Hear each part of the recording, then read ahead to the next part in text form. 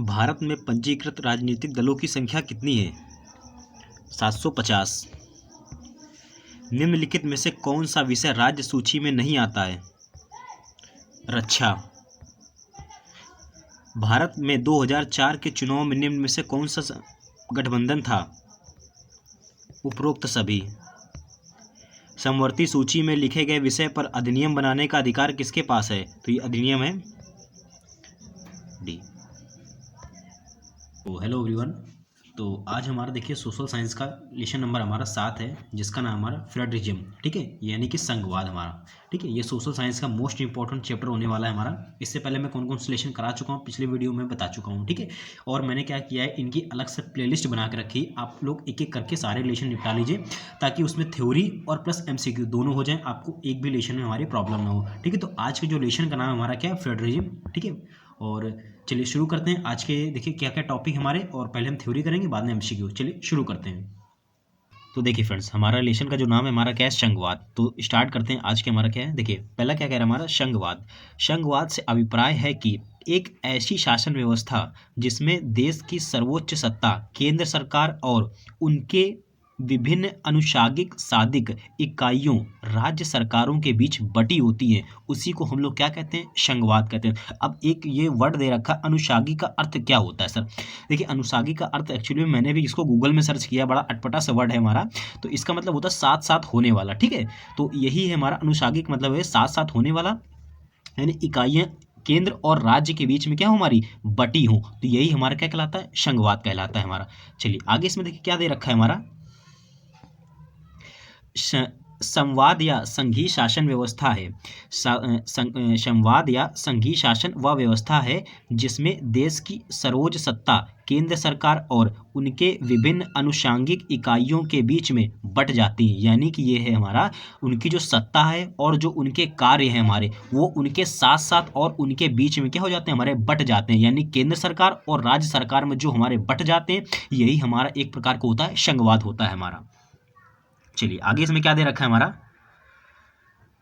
अलग अलग स्तर की सरकारें एक ही नागरिक समूह पर शासन करती हैं, पर कानून बनाने, कर वसूलने और प्रशासन का उनका अपना अपना अधिकार क्षेत्र होता है। यानी कि यही चीज़ हमारी दर्शाई गई है कि अलग अलग स्तर की सरकारें एक ही नागरिक समूह का शासन करती हैं हमारी, और उन पर क्या कानून बनाती हैं, कर वसूलती हैं, और प्रशासन पर उनका अपना अपना क्या हमारा अधिकार जमाती हैं, ठीक है। तो उनका, तो यही हमारा एक प्रकार का संघवाद के बारे में बताया गया। आगे इसमें क्या दे रखा है हमारा, कि विभिन्न स्तरों की सरकारें के अधिकार के क्षेत्र संविधान में स्पष्ट रूप से वर्णित है हमारे, और विभिन्न स्तर की जो सरकार है उनका अलग अलग हमारा संविधान है, तो वही हमारा वर्णित है हमारा। आगे इसमें क्या हमारा, कि अदालतों को संविधान और विभिन्न स्तर की सरकारों के अधिकारों की व्याख्या करने का हमारा क्या है, अधिकार होता है हमारा।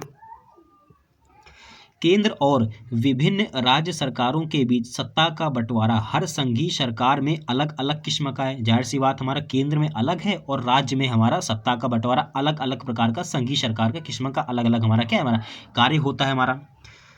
चलिए आगे इसमें क्या हमारा, पहला तरीका है दो या अधिक स्वतंत्र राष्ट्रों को साथ लाकर एक बड़ी इकाई गठित करने का। यानी कि पहला तरीका ये है कि दो या अधिक स्वतंत्र राष्ट्रों को साथ लाकर एक बड़ी इकाई गठित करना हमारा। आगे इसमें क्या दे रखा है हमारा, इसकी फ्रेंड देखिए बड़ी अटपटी सी थ्योरी है हमारी, इसके और MCQ भी हमारे बड़े अटपटे हैं, तो आप लोग इनको बहुत ध्यान से थोड़ा सा पढ़िएगा, ठीक है।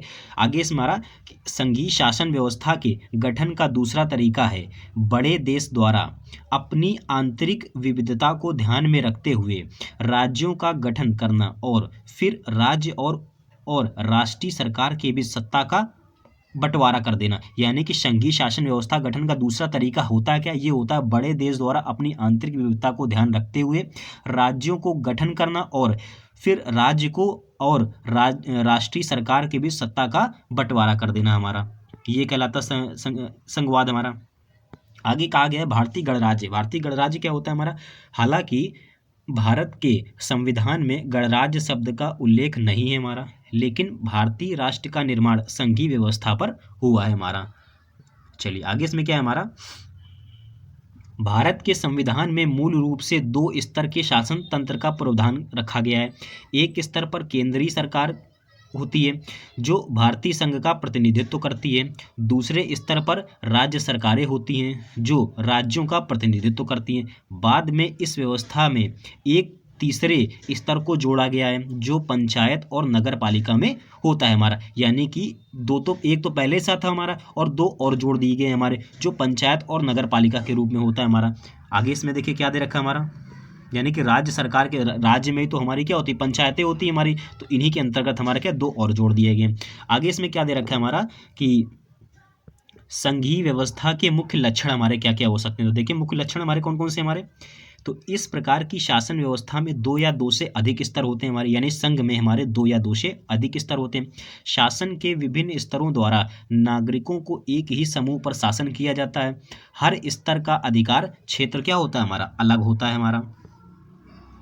संविधान में सरकार के विभिन्न स्तरों के अधिकार क्षेत्रों के बारे में साफ साफ उल्लेख किया जाता है। हर स्तर की सरकार का अस्तित्व और अधिकार क्षेत्र को संविधान की गारंटी मिली होती। और जाहिर सी बात अगर हमारा कोई संविधान बना है तो संविधान क्या है भाई, गारंटी ही तो मिलेगी। यानी कि अगर ये चीज़ देखिए संविधान बन चुका है, मान लो कोई भी एक एक्ट है हमारा तो बन गया, तो एटलीस्ट उसकी हमारी क्या गारंटी तो है हमारी, यही हमारा क्या हमारा संघवाद है हमारा। आगे इसमें क्या दे रखा है, संविधान के मूल रूप प्रावधानों को बदलना सरकार के किसी भी स्तर द्वारा अकेले संभव नहीं होता है हमारा। यानी कि संविधान के जो मूलभूत प्रावधान है उनको बदलना सरकार के किसी भी स्तर द्वारा अकेले संभव नहीं होता, लेकिन ऐसे किसी बदलाव की जरूरत होती है तो इसके लिए सरकार के उन दोनों स्तरों की सहमति की आवश्यकता भी पड़ती है। अगर किसी भी चीज़ की जरूरत होती है तो हमें सरकार के दोनों स्तरों की क्या हमारी जरूरत पड़ती है हमारी।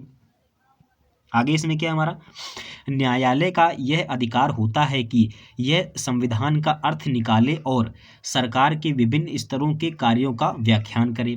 जब कभी सरकार के विभिन्न स्तरों के बीच अधिकारों को लेकर कोई मतभेद हुआ होता है तो ऐसी स्थिति में सर्वोच्च न्यायालय का काम किसी अंपायर की तरह होता है। और जाहिर सी बात है अगर न्यायालय में कोई एक अधिकार हो जाता है और संविधान का अर्थ क्या होता है, निकालें और सरकार के विभिन्न स्तरों को कार्य का व्याख्यान करें। अब अगर कोई भी बीच में एक अधिकार हो जाता है यानी कोई मतभेद हो जाता है तो वहां पे जो सर्वोच्च न्यायालय है वहां पे क्या एक अंपायर का काम करती है। जैसे फील्ड में अंपायर का बहुत ही मेन महत्व होता है, तो यहाँ पे भी सर्वोच्च न्यायालय का एक मेन अंपायर का यानी मेन महत्व उसी का होता है हमारा।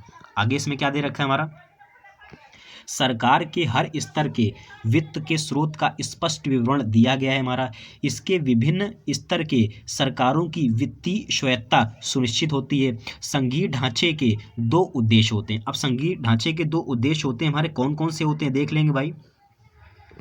पहला उद्देश्य है देश की एकता को बल देना, दूसरा उद्देश्य है क्षेत्रीय विविधता को सम्मान देना। यानी कि पहला उद्देश्य एकता को बल देते हैं और दूसरा उद्देश्य क्या, क्षेत्रीय विविधता को सम्मान देना हमारा। किसी भी आदर्श संघीय व्यवस्था के दो पहलू होते हैं, पारंपरिक विश्वास और साथ रहने पर सहमति। ये दोनों पहलू संघीय व्यवस्था के गठन और कामकाज के लिए हमारे क्या महत्वपूर्ण होते हैं हमारे। सरकार के विभिन्न स्तरों के बीच सत्ता के साझेदारी के नियमों पर सहमति होना जरूरी होता है। विभिन्न स्तरों के परस्पर पर यह विश्वास, फ्रेंड्स एक चीज में आया सत्ता की साझेदारी, देखिए सत्ता के साझेदारी से मैंने क्या एटलीस्ट शायद क्वेश्चन मैंने करा रखी है, अगर आप लोग कमेंट करके बता देंगे तो मैं उसकी थ्योरी भी करा दूँ। उसके मैंने 50 से 60 एमसीक्यू कराए हैं और इतने इंपॉर्टेंट फ्रेंड एमसीक्यू हमारे अलग से प्लेलिस्ट बना के रखी, सत्ता के साझेदारी है वो देख लीजिए। 50 से 60 एक भी क्वेश्चन कन्फर्म है कि बाहर नहीं जाएगा तो नहीं जाएगा, ऐसे ऐसे क्वेश्चन ही मैंने उसमें रखे हैं। तो अगर आप लोग कमेंट ना करके बता दें तो मैं उसकी थ्योरी भी करा दूंगा, ठीक है। आगे इसमें क्या हमारा, विभिन्न स्तरों के परस्पर यह विश्वास भी होना चाहिए कि वे अपने अपने अधिकार क्षेत्रों को मानेंगे और एक दूसरे के अधिकार क्षेत्रों में दखल अंदाजी नहीं करेंगे। अब आगे क्या है इसमें हमारा, सत्ता का संतुलन। अलग अलग संघीय ढांचे में केंद्र और राज्य सरकारों के बीच सत्ता के संतुलन अलग अलग प्रकार के होते हैं। यह संतुलन उस ऐतिहासिक परिक्षेप पर निर्भर करता है जिस पर उस संघ का निर्माण हुआ था हमारा। आगे इसमें क्या हमारा कि संघों के निर्माण के दो तरीके निम्नलिखित में से, अब संघों के निर्माण के दो तरीके हमारे कौन कौन से हैं, तो पहला तरीका ये हमारा सबको साथ लाकर संघ बनाना। अब सबको साथ लाकर संघ बनाना, इसका मतलब क्या होता है हमारा, इस प्रकार की व्यवस्था में स्वतंत्र राज्य स्वतः एक दूसरे से मिलकर एक संघ का निर्माण करते हैं। ऐसा इसलिए किया जाता है कि वैसे राज्य अपनी स्वायत्तता बनाए रखने के साथ साथ अपनी सुरक्षा बढ़ा सकें। इस प्रकार की व्यवस्था में केंद्र की तुलना में राज्यों के पास अधिक शक्ति होती है। इस प्रकार की संघीय व्यवस्था के उदाहरण संयुक्त राज्य अमेरिका, स्विट्जरलैंड और ऑस्ट्रेलिया। अब क्वेश्चन में यहाँ से पूछा जाएगा हमारा कि संघीय व्यवस्था हमारे किन किन देशों में है, तो यूएसए में है, स्विट्जरलैंड और ऑस्ट्रेलिया हमारी क्या है, संघीय व्यवस्था हमारी। यही क्वेश्चन आपसे एमसीक्यू में पूछे जाएंगे। इसमें दूसरा ऑप्शन क्या है, सबको जोड़कर संघ बनाना। सबको जोड़कर संघ बनाने का अर्थ क्या होता है, इस प्रकार की संघीय व्यवस्था में एक बहुत बड़ी विविधता वाले क्षेत्रों को एक साथ रखने के लिए सत्ता की साझेदारी होती है। यानी कि संघीय व्यवस्था में बहुत बड़ी एक प्रकार की विविधता, यानी कि क्षेत्र को कवर करने के लिए हमें क्या सत्ता को साझेदारी, मिलजुल कर सत्ता की साझेदारी बनानी होती है। इस प्रकार की व्यवस्था में राज्यों की तुलना में केंद्र अधिक शक्तिशाली। अब यहाँ पे देखो क्या दिया कि जब सबको साथ हम जोड़कर बनाते हैं तो राज्यों की तुलना में केंद्र अधिक शक्तिशाली होता है, या होता है, हो सकता है कुछ इकाइयों को अन्य के मुकाबले अधिक शक्ति मिली हुई है। उदाहरण के लिए भारत में जम्मू कश्मीर को अन्य राज्यों के मुकाबले अधिक शक्ति मिली हुई है। इस प्रकार की संघीय व्यवस्था के हमारे उदाहरण है भारत में, भारत हो गया, यानी इस पर अब देखिए जहाँ पे हमारा एटलीस्ट जहाँ पे ऐसा जो राज्य है जिसको हमारा एक स्पेशल व्यवस्था दी गई है हमारी, तो वो हमारी एक प्रकार की संघीय व्यवस्था के हमारा एग्जाम्पल कहलाता है। अब भारत हो गया, भारत में जैसे जम्मू कश्मीर हो गया, दूसरा स्पेन हो गया और तीसरा क्या बेल्जियम हो गया, आदि और भी दे रखे होंगे हमारे। चलिए इसमें देखिए आगे टॉपिक दे रखा है हमारा कि भारत में संघीय व्यवस्था कैसी होती है। देखिए भारत में जो संघीय व्यवस्था होती है, भारतीय संविधान ने यहाँ की सरकार को एक संघात्मक रूप दिया है। यहाँ विकेंद्रीकरण के लिए अनेक कदम उठाए गए हैं। संविधान के मौलिक रूप से दो स्तरीय शासन व्यवस्था का प्रावधान किया गया है। संघ सरकार और राज्य सरकारें, केंद्र सरकार को पूरे भारतीय संघ का प्रतिनिधित्व करना था। बाद में पंचायत और नगर पालिकाओं के रूप में संघीय शासन का एक तीसरा स्तर भी हमारा जोड़ा, यानी संघ में एक तीसरा स्तर भी जोड़ा गया हमारा। अब कौन सा जोड़ा गया भाई, वो हमारा भारतीय संविधान लिखित और कठोर। भारतीय संविधान कैसा हमारा लिखित और कठोर है, लेकिन एवं राज्यों के मध्य शक्ति के विभाजन स्पष्ट रूप से लिखे हैं। भारत में एक स्वतंत्र न्यायपालिका और सर्वोच्च न्यायपालिका की स्थापना की गई। भारत में सर्वोच्च न्यायपालिका और स्वतंत्र न्यायपालिका इनकी स्थापना की गई ताकि केंद्र और राज्यों को अच्छा, दो या दो से अधिक राज्यों के बीच उठाने वाले विवादों को आसानी से क्या करें, हमारे निपटा सके हमारे। भारत की संघीय व्यवस्था शासन व्यवस्थाओं को अपने अलग अलग अधिकार क्षेत्र, यानी कि भारत में संघ में है कौन सा हमारा जो है हमारा अधिकार है और हमारा केंद्र में कौन सा अधिकार, तो इनको अलग अलग प्रकार की व्यवस्थाएं दी गई हैं हमारी। अब इसमें क्या हमारे विषयों की सूची दे रखा है, अगला टॉपिक हमारा। तो विषयों की सूची में कैसा आया, एक संघ सूची आ जाता है, दूसरा हमारा केंद्र सूची आ जाता है और तीसरा हमारा समवर्ती सूची आ जाता है हमारा, ठीक है। अब इसमें से तीन को यहाँ से जो एग्जाम्पल होते हैं यहाँ से क्वेश्चन बना के दे देते हैं, लेकिन इसके पहले जो थ्योरी वो हम लोग पढ़ लेते हैं। संघ सूची भाई क्या होता है, तो इस सूची में राष्ट्रीय महत्व के विषय आते हैं, यानी कि इसमें संघ में क्या आते हैं, हमारे राष्ट्रीय महत्व के विषय आते हैं। कुछ विषयों पर पूरे देश में एक जैसी नीति की जरूरत होती है, इसीलिए इन्हें क्या कहते हैं, संघ सूची कहते हैं। डायरेक्ट आपसे क्वेश्चन भी ये भी निकल के आएगा, पूछा जाएगा कि एक जैसी जो नीति की जरूरत होती है वो कौन सी हमारी सूची होती है, तो वो हम उसको संघ सूची के नाम से जानते हैं। ऐसे विषयों पर कानून बनाने का अधिकार केवल केंद्र सरकार के पास होता है। संघ सूची के कुछ विषय हैं, संघ सूची कौन कौन से विषय हैं हमारे, तो ये हमारे एग्जाम्पल में पूछा जाएगा।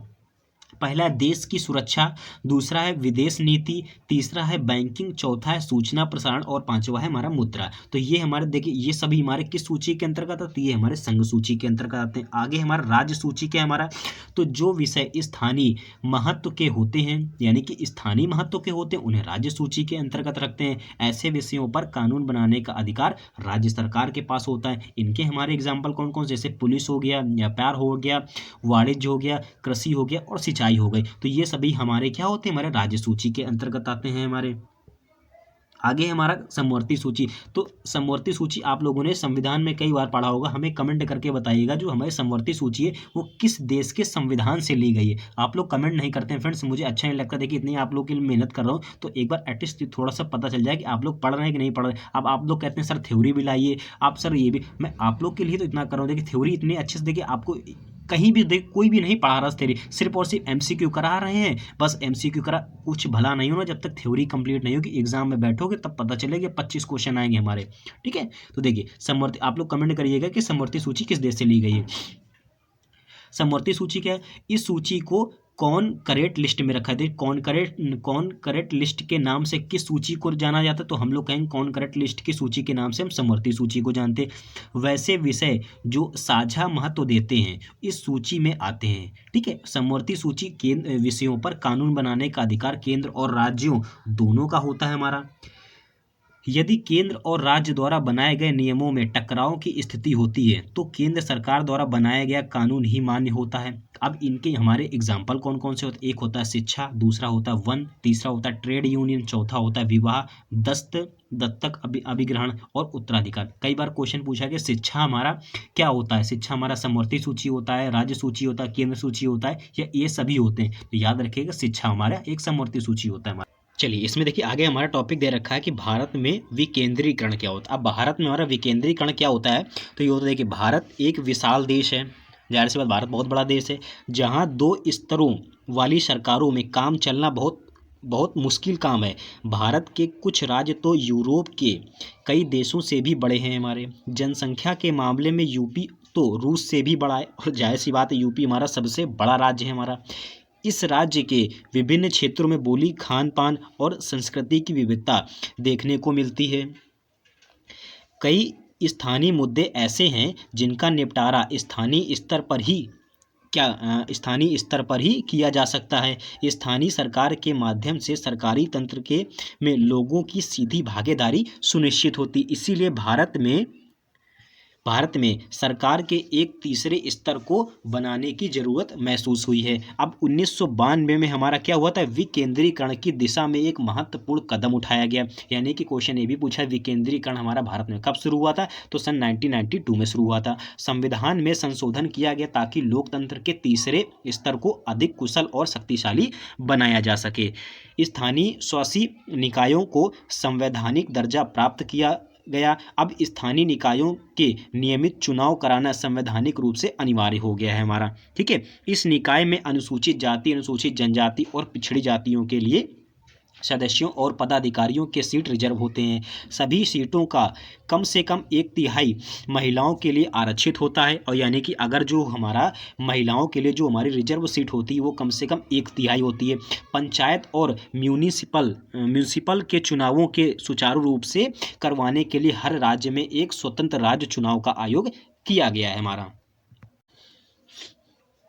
तो इसमें हमारा अगला दे रखा है कि पंचायती समिति क्या होती है। देखिए पंचायती समिति होती है कुछ ग्राम पंचायतों को मिलाकर एक पंचायत समिति या प्रखंड मंडल बनाता है।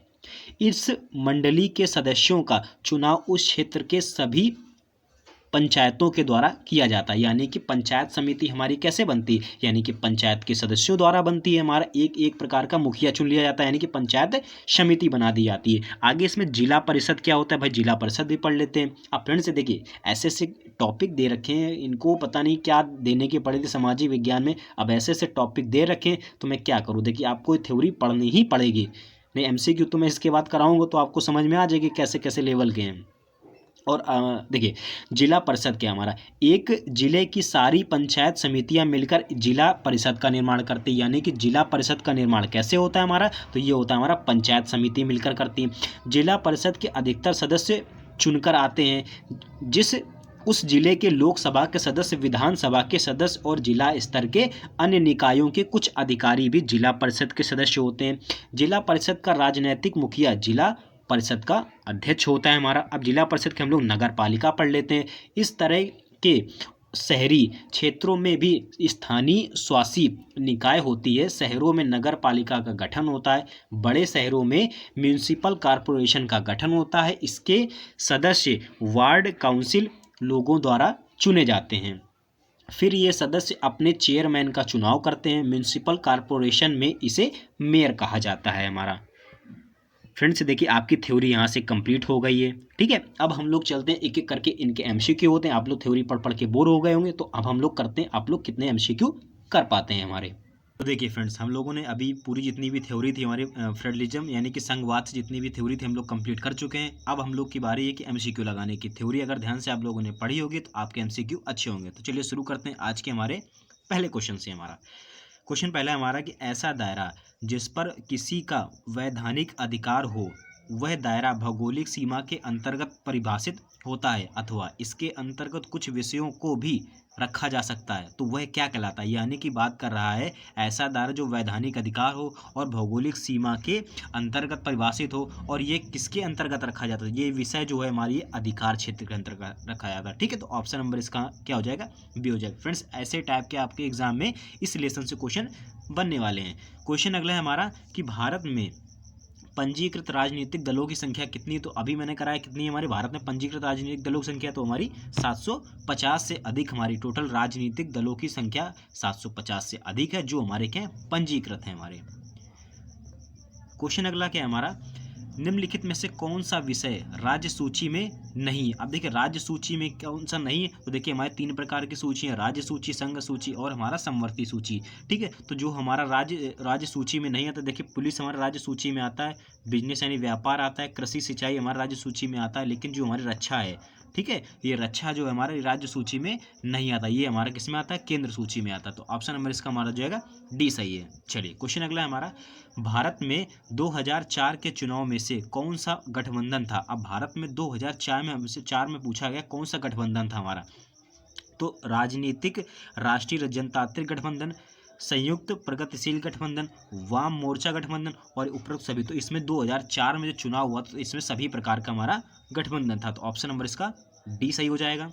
क्वेश्चन अगला हमारा कि समवर्ती सूची में लिखे गए विषय पर अधिनियम कौन बनाने का अधिकार। देखिए समवर्ती सूची किन किन के, देखिए राज्य सूची राज्य में होती, केंद्र सूची यानी संघ सूची होती, और जो हमारी समवर्ती सूची होती है, ठीक है, तो ये जो होती है हमारी ये केंद्र और राज्य यानी राज्य और संघ दोनों के बीच में होती है। तो राइट आंसर ऑप्शन नंबर इसमें क्या हो जाएगा हमारा, सी सही हो जाएगा।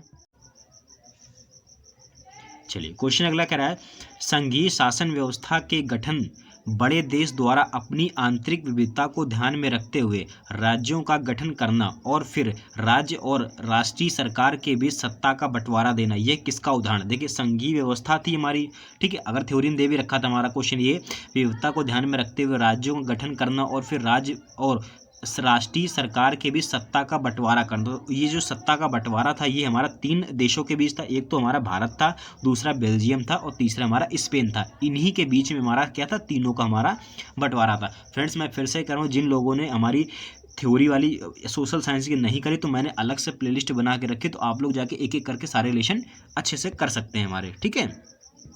क्वेश्चन अगला है हमारा, पंचायत समिति का गठन कैसे होता है। अब भाई बताइए पंचायत समिति का गठन कैसे होता है, गांवों को मिलाकर पंचायत समिति हो, नहीं, पंचायतों को मिलाकर पंचायत समिति, ये भी गलत है। कई पंच को मिलाकर पंचायत समिति का गठन किया था, यानी कि पंचों को मिलाकर हमारा क्या किया जाता है, पंचायत समिति का गठन किया जाता है। तो राइट आंसर ऑप्शन नंबर इसमें ग हो जाएगा, यानी सी सही है हमारा। चलिए क्वेश्चन अगले पे चलते हैं हम लोग, जो विषय किसी सूची में नहीं आते वे किसके अधिकार क्षेत्र कहलाते हैं। अब जो विषय किसी सूची में हमारे नहीं आते, देखिए इंपॉर्टेंट क्वेश्चन है हमारा फ्रेंड से, देखिए 3 सूचियाँ, केंद्र और राज्य और समवर्ती। तो अब कह रहा है कि वह सूची जो किसी सूची में ही नहीं आते, तो अगर जो नहीं आते तो वो गिने जाते हैं हमेशा संघ सूची या फिर हमारे केंद्र सूची में, इनमें हमारे क्या जाते हैं, गिने जाते हैं हमारे। Right answer option number A सही है। क्वेश्चन अगला हमारा, भारत के किस राज्य को विशेष दर्जा प्राप्त है। तो भारत के जो कौन सा राज्य है हमारा, तो ये जम्मू कश्मीर को विशेष दर्जा प्राप्त है, जो कि हमारा अब तो यूनियन टेरिटरी बन चुका है हमारा, ठीक है। तो ऑप्शन नंबर इसमें डी सही होगा हमारा। क्वेश्चन अगला है हमारा कि संयुक्त राज्य अमेरिका में कौन सी शासन व्यवस्था। देखिए संयुक्त राज्य अमेरिका, वहाँ पे 2 प्रकार की राज्य व्यवस्था होती है, एक तो होती है हमारी केंद्र की और दूसरी होती है हमारे राज्य की हमारी, ठीक। तो वहाँ पे द्विदलीय व्यवस्था होती है, ठीक है। तो याद रखिएगा आप लोग, यूएसए में हमारी शासन व्यवस्था होती है वो द्विदलीय व्यवस्था होती है, ठीक है। तो ऑप्शन नंबर इसमें सी सही हो जाएगा। चलिए अगले क्वेश्चन में चलते हैं, लोकतांत्रिक सिद्धांत को वास्तविक बनाने का सबसे अच्छा तरीका कौन सा है। वेरी इंपॉर्टेंट क्वेश्चन एग्जाम के पॉइंट ऑफ व्यू से फ्रेंड्स, ये काफी इंपॉर्टेंट क्वेश्चन है हमारा। लोकतांत्रिक सिद्धांत को वास्तविक बनाने का सबसे अच्छा तरीका कौन सा, तो ये सबसे अच्छा तरीका जो कहलाता है वो हमारा स्थानीय सरकारों को अधिक स्वायत्ता देकर, स्थानीय सरकार को अधिक स्वायत्ता देकर हमारा क्या किया जाता है, लोकतांत्रिक सिद्धांत को वास्तविक बनाया जाता है, ठीक है। तो ऑप्शन नंबर इसका ए सही है हमारा। क्वेश्चन अगला हमारा, ऑप्शन नंबर इसमें कथन ए हमारा, भारत में बहुदलीय व्यवस्था है और यहाँ कई राजनीतिक पार्टियां हैं। भारत में बहुदलीय व्यवस्था है, यहाँ पर कई हमारी राजनीतिक पार्टियां, बिल्कुल सही है। खा नंबर इसका कारण क्या है भाई, 1970 से 1980 के बीच जनता पार्टी की सरकार बनी। 1970 से यानी 1977 से 80 के बीच में हमारी कौन सी सरकार बनी थी, तो ये हमारे देखिए जनता पार्टी की स्थापना भी हुई थी हमारी। तो देखिए हमारे ये दोनों ही सही है हमारे, और देखिए ए और आर दोनों सही है, कारण कथन का सही व्याख्या है। ए और आर दोनों सही, कारण कथन की सही व्याख्या है। देखिए इसमें right answer friends option number इसमें बी सही होगा। अब इसमें से कोई मैटर नहीं करता कि हमारा 70 और 80 में अगर जनता पार्टी हमारी सरकार बनी थी, तो ऐसा रीजन कहीं नहीं है कि हमारा बहुदलीय व्यवस्था है, क्योंकि उस समय तो हमारी जनता पार्टी बनी थी। और अगर डायरेक्ट अगर बनी थी तो ऐसा जरूरी नहीं कि हमारे यहाँ बहुदलीय व्यवस्था आ गई हो। थ्योरी को ध्यान से पढ़िए आप लोग। तो ऑप्शन इसमें बी करेक्ट है हमारा। चलिए क्वेश्चन अगले पे चलते हैं। भारत में विकेंद्रीकरण के पीछे बुनियादी सोच क्या है। अब भारत में जो हमारी विकेंद्रीकरण है हमारा, इसके पीछे क्या सोच है हमें, तो ये सोच हमारा अनेक मुद्दे और समस्याओं का निपटारा स्थानीय स्तर पर ही बढ़िया ढंग से हो सकता है। तो राइट आंसर ऑप्शन नंबर इसमें सी होगा। यही हमारा क्या कहलाता है, भारत का विकेंद्रीकरण कहलाता है। चलिए क्वेश्चन अगले पे हमारा, भारत में वास्तविक विकेंद्रीकरण की दिशा में सबसे बड़ा कदम उठाया गया। अब भारत में जो हमारा अभी हमने थ्योरी में करा भी रखा है, भारत में जो विकेंद्रीकरण है हमारा, इस पे जो सबसे बड़ा कदम उठाया गया, ये उठाया गया था 1992 में उठाया गया। तो ऑप्शन नंबर इसमें ए सही हो जाएगा। चलिए क्वेश्चन अगले पे हमारा, दुनिया में कितने देशों में संघात्मक शासन व्यवस्था है। दुनिया के कितने देशों में हमारा संघात्मक व्यवस्था है, तो ये हमारा करीब 25 देशों में, यानी कि 25 देशों में हमारी क्या है, संघात्मक व्यवस्था है। तो ऑप्शन नंबर इसमें बी करेक्ट है हमारा। क्वेश्चन अगला हमारा, ग्राम पंचायत के पंच के अध्यक्ष को क्या कहा जाता है। देखिए जो ग्राम पंचायत होता है हमारा, उसका जो अध्यक्ष होता है उसको हम लोग क्या कहते हैं, देखिए हम लोग मुखिया के नाम से बुलाते हैं, कि सरपंच कहते हैं, या ग्राम प्रधान कहते हैं, या वार्ड सदस्य होते हैं। तो देखिए ये जो होता है ग्राम पंचायत का जो अध्यक्ष होता है, वो इसको हम लोग क्या कहते हैं, मुखिया के नाम से जानते हैं। ठीक है, तो ऑप्शन में इसमें क्या हो जाएगा हमारा, खा हो जाए। फ्रेंड्स इसमें से कन्फ्यूजन मुझे भी है थोड़ा, तो आप लोग कमेंट करके बताइएगा। देखिए यहाँ पे सरपंच होगा और या तो मुखिया होगा, तो आई थिंक मेरे हिसाब से मुखिया सही है। तो आप लोग कमेंट करके मुझे बता दीजिएगा, ठीक है। चलिए अगले क्वेश्चन पे चलते हैं। भारत में किस प्रकार की दलीय व्यवस्था अस्तित्व में। देखिए भारत में कैसी आई, तो भारत में तो भाई दो बहुदलीय व्यवस्था आई थी। ठीक है, द्विदलीय की बात करें तो अमेरिका में थी, लेकिन जो भारत में बात करते हैं, भारत में कैसी दलीय व्यवस्था थी, भारत में हमारी बहुदलीय व्यवस्था थी। तो ऑप्शन नंबर इसमें सी सही हो जाएगा हमारा। क्वेश्चन अगले हमारा क्या है, नगर निगम के प्रमुख को क्या कहा जाता है। जो हमारा नगर निगम होता है उसको हम लोग किस नाम से जानते हैं, तो उसको हम लोग मेयर के नाम से जानते हैं। ठीक है, जो नगर निगम का जो प्रमुख होता है उसको हम लोग मेयर कहते हैं, ना कि नगर प्रधान होता है, ना तो नगर निरीक्षक होता है, ना तो चेयरमैन, तो इसको हम लोग मेयर कहते हैं। क्वेश्चन अगला क्या है हमारा, केंद्र सरकार और राज्य सरकार के बीच होने वाले विवादों का निपटारा कौन करता है। इंपॉर्टेंट क्वेश्चन एग्जाम के लिए फ्रेंड्स, हमारा काफ़ी ज़्यादा इंपॉर्टेंट हमारा। ठीक है, जो हमारा केंद्र सरकार और राज्य सरकार होता है, इसका जो हमारा विवाद हो जाता है, तो इसको निपटाने का जो कार्य करता है वो हमारी न्यायपालिका करती है। ठीक है, तो ये हमारा न्यायपालिका ही बीच में आ जाती है। तो ऑप्शन नंबर इसमें बी सही होगा। नेक्स्ट क्वेश्चन क्या हमारा, एकात्मक शासन व्यवस्था से क्या तात्पर्य है। जो हमारी एकात्मक शासन व्यवस्था है, तो वहाँ पे क्या आगे एक ही व्यवस्था शासन में स्तर में आएगी। तो ऑप्शन नंबर इसमें ए हो जाएगा। एकात्मक की बात कर रहा है तो एक ही स्तर हमारा होगा। ऑप्शन नंबर इसमें ए सही है हमारा। क्वेश्चन अगला क्या है हमारा, निम्नलिखित में से कौन सा विषय केंद्र सूची में नहीं है हमारा। अभी हमने थ्योरी में सब पढ़ चुके हैं। हमारा केंद्र सूची में देखिए कौन सा विदेशी मामले आते हैं, मुद्रा आती है, बैंकिंग आती है, लेकिन जो कानून व्यवस्था है हमारी, ठीक है, ये हमारी क्या है, केंद्र सूची के अंतर्गत नहीं आती। तो राइट आंसर ऑप्शन नंबर इसमें डी सही होगा। क्वेश्चन अगला है हमारा, कौन सा देश साथ लेकर चलने वाले संघ का उदाहरण। देखिए ऐसा कौन सा देश, देखिए क्या पाकिस्तान के साथ लेकर चलता है, ये मतलब आप जानते हैं किस टाइप का देश है। श्रीलंका छोटा सा है, अमेरिका से कोई वो नहीं, साथ लेके कहाँ से चलेंगे भाई, ये अपना ही पहले निपटारा कर लें। तो बचा क्या हमारा इंडिया, यानी कि भारत जो है हमारा सबको साथ, यानी सबका साथ सबका विकास, तो साथ लेने यानी साथ लेकर संघ का हमारा उदाहरण कौन सा हो जाएगा, ऑप्शन नंबर ए यानी कि इंडिया अपना। क्वेश्चन अगला हमारा, भारत संविधान के स्पष्ट रूप से केंद्र और राज्य सरकारों के बीच विधायी अधिकारों को कितने हिस्सों में बांटा गया है। अब भारत में जो स्पष्ट रूप से केंद्र और राज्य सरकार हुई, इनके जो विधायी हमारे अधिकार हुए, इनको कितने भागों में बांटा गया, तो इनको हमारा 3 भागों में बांटा गया। ठीक है, केंद्र सूची, राज्य सूची और समवर्ती सूची, यानी कि 3 भागों में बांटा गया। तो ऑप्शन नंबर इसमें बी सही रहेगा हमारा। क्वेश्चन अगला क्या हमारा, जब केंद्र और राज्य में शक्तियां लेकर स्थानीय सरकारों को दी जाती है तो इसे क्या कहा जाता है। वेरी वेरी इंपॉर्टेंट क्वेश्चन आपके एग्जाम के लिए, ठीक है, रट लीजिए।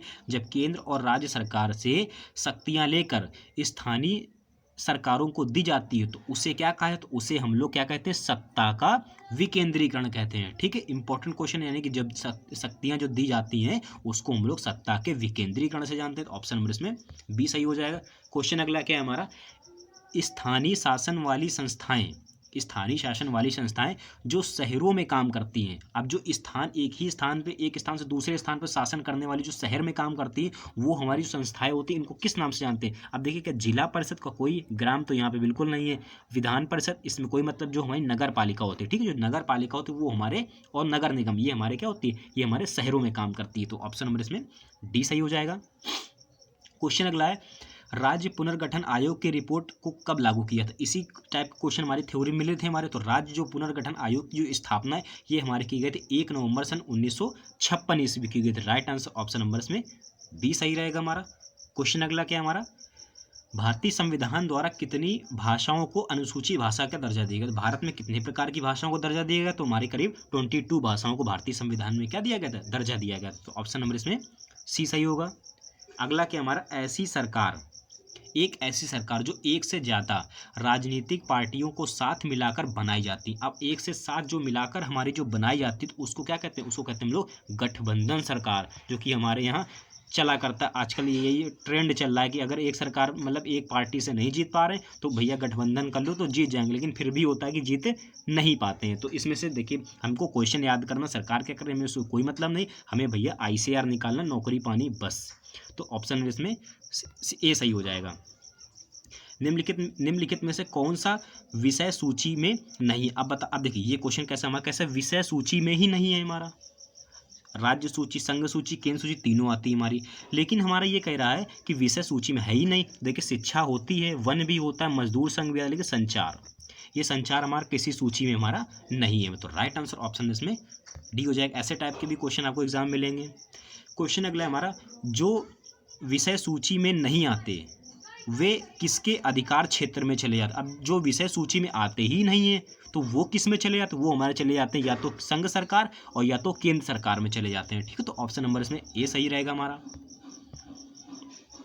समवर्ती सूची में लिखे विषय पर अधिनियम बनाने का अधिकार किसके पास। देखिए समवर्ती सूची हमारे किनके, देखो राज्य को राज्य से मतलब है, संघ को संघ से मतलब है, लेकिन जब बात कर दे समवर्ती सूची तो समवर्ती सूची जो होती है हमारी वो केंद्र और राज्य दोनों से बनती। तो राइट आंसर ऑप्शन नंबर इसमें सी सही हो जाएगा हमारा। चलिए क्वेश्चन अगला है हमारा, वर्तमान में बेल्जियम में किस प्रकार की सरकार है। तो देखिए अगर आप लोगों ने इस क्वेश्चन को किया होगा बस जल्दी से मुझे कमेंट करके बताइएगा। देखिए आपको लेके इतनी मेहनत कर रहा हूँ तो आप लोग थ्योरी अच्छे से एक्सप्लेन भी करी, मैंने पढ़ाई भी है, तो ये बताइए कमेंट करके बेल्जियम में किस प्रकार की हमारी शासन व्यवस्था है हमारी। तो कमेंट करके जरूर बताइएगा आप लोग, नहीं आएगा तो मैं फिर से बता दूंगा आपको, ठीक है। चलिए क्वेश्चन अगला हमारा, भारत में कितने प्रकार की लोगों की मातृभाषा हिंदी। अब भारत में कितने, देखिए इसमें जो दे रखा है हमारा उसमें दे रखा है ऑप्शन नंबर इसमें बी खा नंबर, यानी कि 40% लोग हमारे भारत में क्या बोलते हैं, हिंदी बोलते हैं। अब इसको आप लोग सर्च भी कर लीजिए गूगल में, लेकिन यहाँ पे जो आंसर हमारा 40% ही सही है हमारा, ठीक है।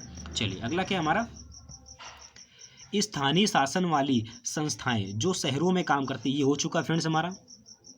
चलिए ठीक है, तो ये अब देखिए फ्रेंड्स ये हमारे जो आंसर कई लोग कह रहे हैं ये सर ये क्या है। तो देखिए अभी मैंने जो सुबह जो मॉर्निंग में साइंस कराई रखी ना, तो उसकी मैं PDF टेलीग्राम में डाल दूंगा, तो आप लोग को साइंस की वहाँ से हेल्प मिल जाएगी, यानी कि आंसर भी देख लेंगे और आपको जो हीट चैप्टर मैंने करा रखा है वो भी आपका कंप्लीट हो जाएगा। तो ठीक है, टेंशन मत लीजिए, मैं सारा कोर्स करा दूंगा। अब देखिए फ्रेंड्स आपके जितने भी थे हमारे MCQ, देखिए आप लोगों ने थ्योरी भी कर ली, अब आप एक एक करके सारे MCQ भी कर रहे हैं। जरूरी नहीं कि एक क्लास को 3 दिन की करें, तो ऐसा कुछ नहीं होता फ्रेंड। देखिए मैं देख भी रहा हूँ कि 1-1 घंटे की भैया लगातार क्लास ली जा रही, 3-3 दिन तक हमारा लोकतंत्र चल रहा है, तो चल ही रहा है फ्रेंड्स। यहाँ से मैं एक देखिए आपकी इतनी ज़्यादा हेल्प कर रहा हूँ, एक दिन में एक लेसन में थ्योरी प्लस MCQ। अब बताइए कहीं मिलेगा, नहीं मिलेगा ना, तो फटाफट जो मैं कर रहा हूँ शेयर जरूर करा करिए और चैनल को सब्सक्राइब करा करिए, ठीक है, और चैनल पे लाइक जरूर करा करिए। चलिए मिलते हैं नेक्स्ट वीडियो में जो कि साइंस का आएगा हमारा।